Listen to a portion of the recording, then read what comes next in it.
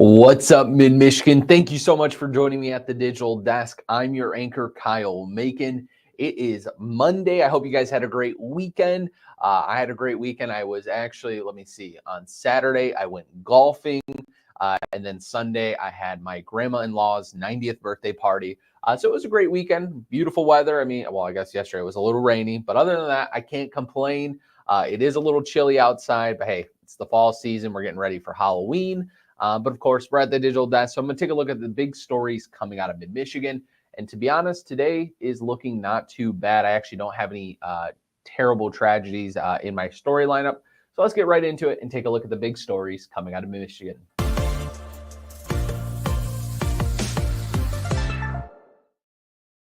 Alrighty, so if you are from the Flint Township, Flint area, you probably have heard of Myrtle Grove Trailer Park.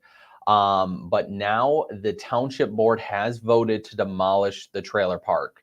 Now we've had crews out there multiple times during this whole developing story, and we'll actually have more crews out there once the demolition starts.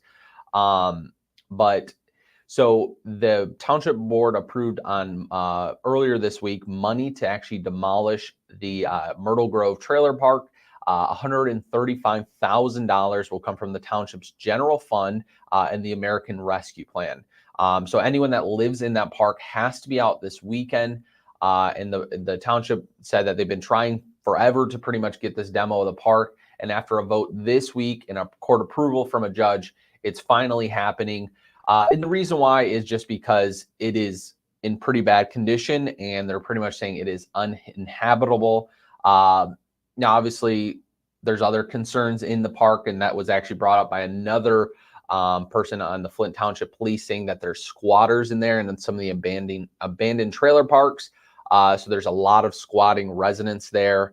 But there are obviously actual residents, and actually Courtney Bennett talked to one person named I think his name's Andrea, or Andre Nix. I don't know why I just said Andrea, like a girl.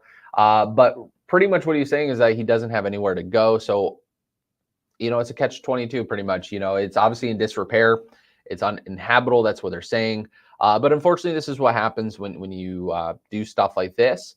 But the only thing that we're really kind of waiting for is to see what resources have been offered, just to see kind of what exactly was offered. But the township did say they offered resources for those who are about to leave. But yeah, the person that owns this is a person that it is Daniel Muha, and is a part of an LLC in California that owns this property. Courtney actually reached out to him through email, and we haven't heard back.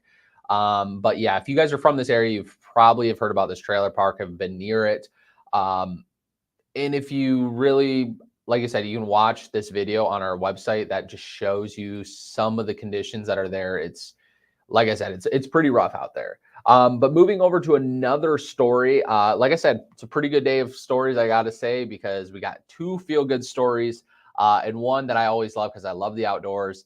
Over in Lake Orion, Michigan residents and volunteers from the global nonprofit organization. Wow, I'm not going to be able to pronounce that name, but you guys see this name right here, but it's more commonly known as DSNDP. And they planted trees at an event on Saturday. So they had more than 10 volunteers at the Bald Mountain State Recreation Area in Lake Orion. They worked for about 42 volunteer hours to plant 16 native trees at 6 feet tall. So it's actually a part of their nationwide tree plantation and conservation drive.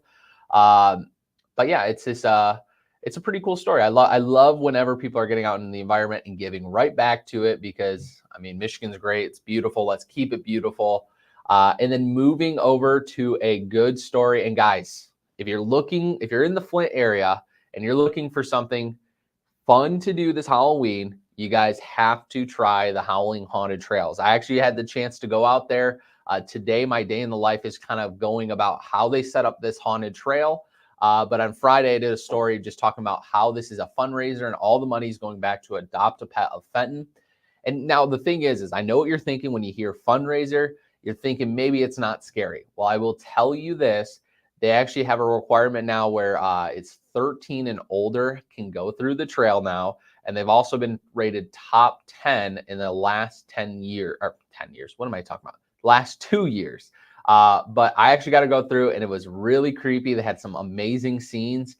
I'm not going to give anything away, but there's some amazing scenes in there from some really well-known scary movies that you guys will have a blast doing. But this is actually, like I said, it's for Adopt a Pet of Fenton. And for this year, they're actually raising money for a new medical station that is actually right next door to their current location. And right now they're in a really, really small medical station. And so all the animals that are needing help have to go through this small little area. But now that they got this big old building, they just need money to renovate it. And so that's what they're looking to do with all your guys' help. And like I said, you guys go out, have some fun, and it's for a good cause. And it's actually pretty crazy is last year, they actually raised $130,000. So it is going on for the rest of October. And I do have a link to the Howling Haunted Trails here on our website. But it's just an absolute blast. And if I can actually, let me see, I got to show you.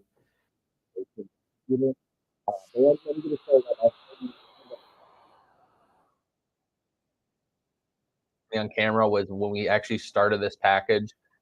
Uh, so this is just kind of them introducing. I'm just going to kind of skip to the start of the package. Uh, Let me get to it. All right. Even though it's partway through, I'm not really showing you my stand up of me talking. I got to show you when we actually went through the haunted house. It was really, really funny. So I'm going to show you guys that and turn down my mic so you guys can see what happened with my photographer, me and Alvin, when we went inside there.